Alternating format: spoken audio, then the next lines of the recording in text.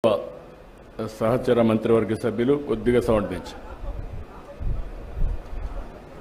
Mic కొద్దిగా sound పెంచి శ్రీ నిమ్మల రామానాయుడు గారు, నాదెళ్ల మనోహర్ గారు,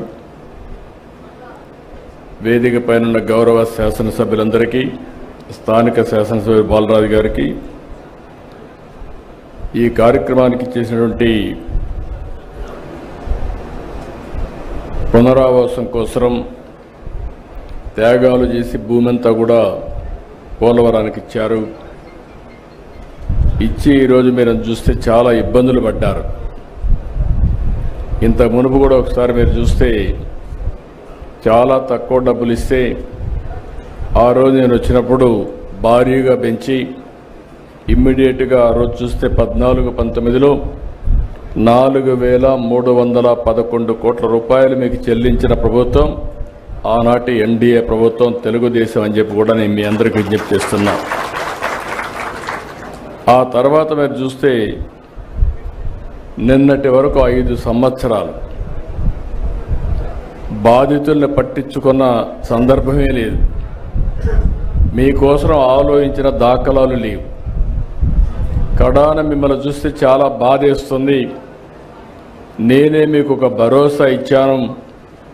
దానికి కూడా కారణం మీరు చూస్తే 7 మండలాలు తెలంగాణలో ఉండే మండలాలు విభజన జరిగిన తర్వాత మొట్టమొదటిసారిగా ప్రధానమంత్రి గారితో మాట్లాడి ఈ పోలవరం ప్రాజెక్టు పూర్తి కావాలంటే 7 మండలాలు ఆంధ్రప్రదేశ్కి ఇస్తే తప్ప సాధ్యం కాదని ఒప్పించి ఆ రోజు ఈ మండలాలు తీసుకొచ్చావు. అది నాకు ఒక నైతిక బాధ్యత అని చెప్పి కూడా నేను మీకు తెలియజేస్తున్నా.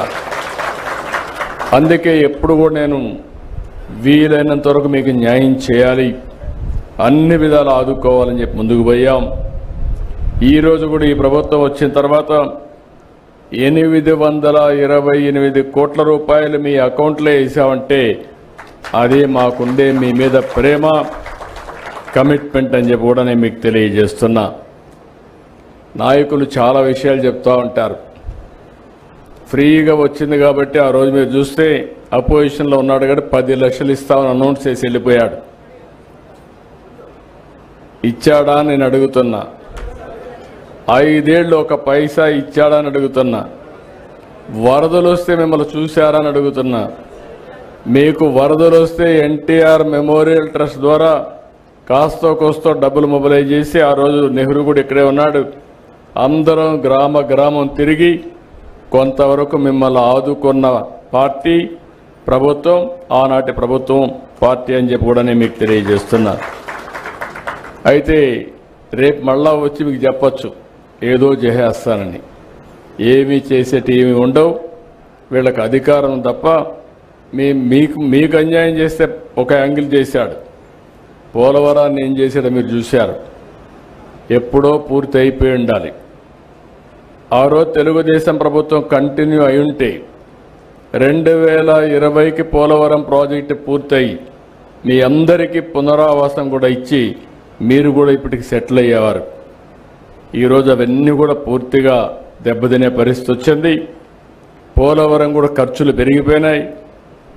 డయాఫామ్ వాల్ మీరు చూస్తే దగ్గర 400 కోట్ల రూపాయలతో డయాఫామ్ వాల్ కడితే అది ఈరోజు మొత్తం మునిగిపోయి కొట్టుకొని పోయి మొత్తం పాడైపోయి ఇప్పుడు 990 కోట్ల రూపాయలు ఖర్చు పెట్టే పరిస్థితికి వచ్చాం. అదనంగా ఇంకొక డయాఫామ్ వాల్ కడుతున్నాం. కనీసం ఈ డబ్బులు అనేది ప్రభుత్వం అంటే ప్రజాధనం ఎక్కడి నుంచో రాదు.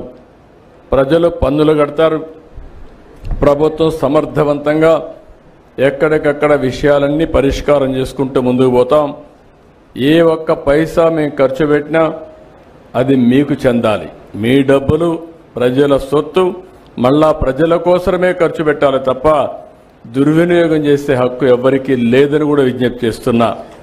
అందుకే ఈరోజు ఒక సిస్టమేటిక్గా మీరు చూస్తే ఎప్పుడైనా పోలవరం ప్రాజెక్టు కడితే 5 సంవత్సరాలు ఆ ముఖ్యమంత్రి ఎప్పుడన్నా కనపడ్డా? అంటే రాకపోతే ఏ విధంగా అవుతాయని అడుగుతున్నాను. నేనైతే 5 సంవత్సరాల్లో 33 సార్లు వచ్చా. సోమవారాన్ని పోలవరం చేసుకున్నాను.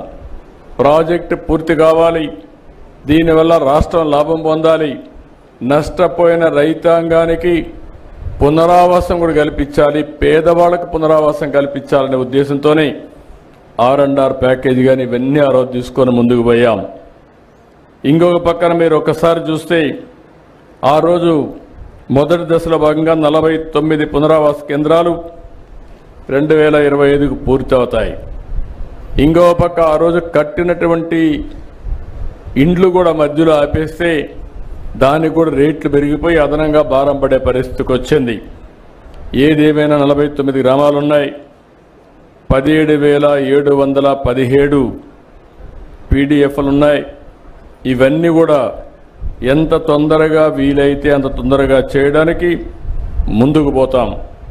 ఇప్పుడే మిత్రులు ఒక విషయం చెప్పారు, కొంతమంది పేర్లు కూడా డిలీట్ అయినాయి, బయట పోతే అవన్నీ కూడా ఇవ్వడం లేదని చెప్పి అడ్మినిస్ట్రేషన్కి చాలా స్పష్టంగా ఆదేశాలు ఇస్తున్నా. జెన్యూన్గా ఉండే ప్రతి ఒక్క పైసా కూడా మీకు పే చేస్తాం, ఎక్కడ దానికి అనుమానం అవసరం లేదు. కానీ అదే సమయంలో కొంతమంది మోసం చేసే వ్యక్తులు కూడా ఉంటారు, అలాంటి వాళ్ళ పట్ల అప్రమత్తంగా ఉండండి. ఇది గవర్నమెంట్ ఆఫ్ ఇండియా ఇచ్చే ప్రాజెక్టు, డాక్యుమెంటరీ ఎవిడెన్స్ కరెక్ట్గా లేకపోతే మనం కానీ ఎక్కడన్నా అన్నీ బాగా జరిగి ఒక చిన్న విషయంలో ఎక్కడన్నా తప్పు జరిగినా అది టెక్నికల్గా కావచ్చు, లేకుంటే ఏ విధంగా తప్పు జరిగినా మళ్ళా మనందరికీ చెడ్డ పేరు వస్తుంది, ప్రాజెక్టుకే ప్రమాదం వస్తుంది. ఈ విషయం మీరు గుర్తుపెట్టుకోవాల్సిన అవసరం ఉంది. 5 సంవత్సరాలు ప్రాజెక్టు డబ్బులు ఖర్చు పెట్టలేదు, వచ్చిన డబ్బులు డైవర్ట్ చేశారు. దానివల్ల మీరు చూస్తే ఈరోజు పునరావాస కార్యక్రమాలన్నీ మళ్ళీ కొత్తగా టెండర్లు పిలిచాం. ఈరోజు సిమెంట్ రేటు పెరిగింది, ఖర్చులు పెరిగాయి, ఎప్పటికప్పుడు ఇన్ఫ్లేషన్ ఉంటుంది. మళ్ళీ అదనంగా 500 కోట్ల రూపాయలు ఖర్చు అయింది. అంటే ప్రాజెక్టు వల్ల సకాలంలో పూర్తి అయి ఉంటే మీరు కూడా జీవితాల్లో సెటిల్ అయ్యేవారు. ఈ నీళ్లుగానుంటే వ్యవసాయం బాగా జరిగేది, అదనపు ఆయకట్టు వచ్చేది, ఆదాయం పెరిగేది. ఇంకొక పక్కన హైడల్ ప్రాజెక్ట్ మీరు చూస్తే పవర్ జనరేషన్ కోసం పెట్టింది, బాగా లేట్ అయింది కాబట్టి దగ్గర 2,500 కోట్ల రూపాయలు ప్రభుత్వానికి వచ్చే ఆదాయం పోయింది. ఇంకొక పక్క అదనపు భారం పడే పరిస్థితికి వచ్చింది. ఇలాంటి చాలా సమస్యలు వచ్చాయి. ఏదేమైనా ఒకటే హామీ ఇస్తున్నా, 2027కి పునరావాసం పూర్తి చేయాలని ఒక సంకల్పంతో ముందుకు పోతున్నాం. కానీ వీలైతే ప్రాజెక్టు నీళ్లు వదిలిపెట్టే ముందే మీ అందరికీ పునరావాసం ఇచ్చి తర్వాత ప్రాజెక్టు నీళ్లు వదిలిపెడతామని చెప్పి కూడా నేను మీకు తెలియజేస్తున్నా.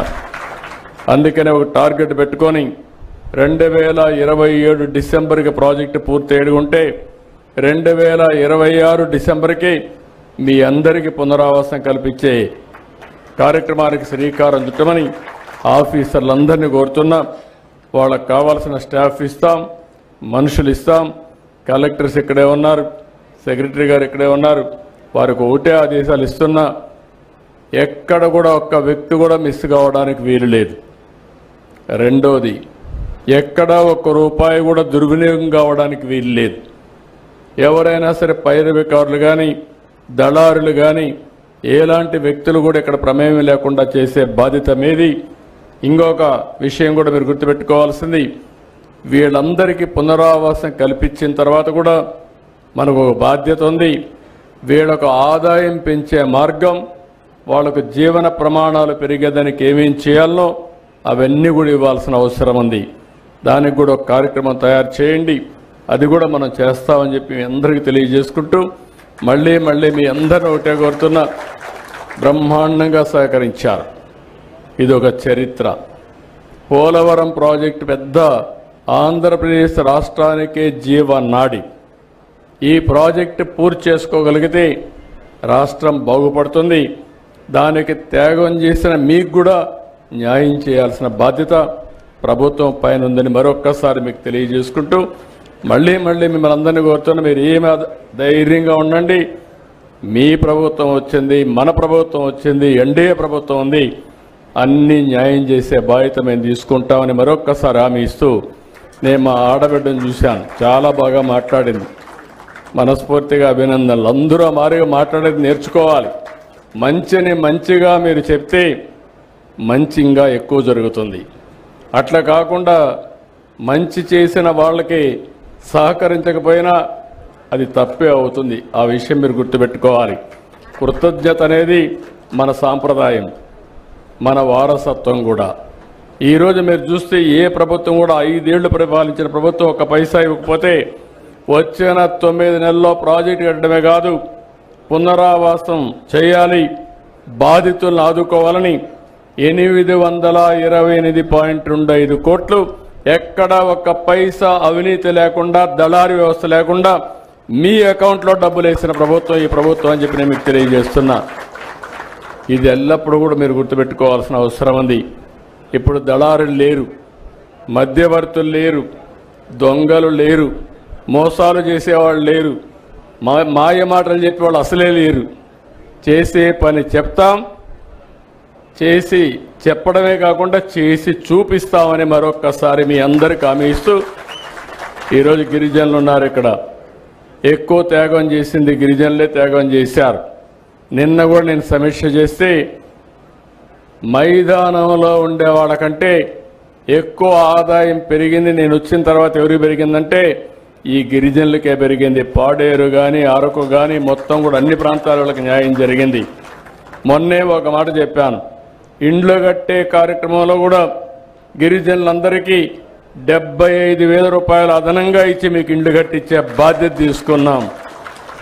ఇది మాకు మీ పట్లుండే అభిమానం, ప్రత్యేకమైన శ్రద్ధ అని చెప్పి కూడా నేను మీకు తెలియజేసుకుంటూ మరొకసారి ప్రతి ఒక్క గిరిజనులకు విజ్ఞప్తి చేస్తున్నా, ఈ ప్రభుత్వం మీ ప్రభుత్వం, తప్పకుండా ఆదుకుంటాం.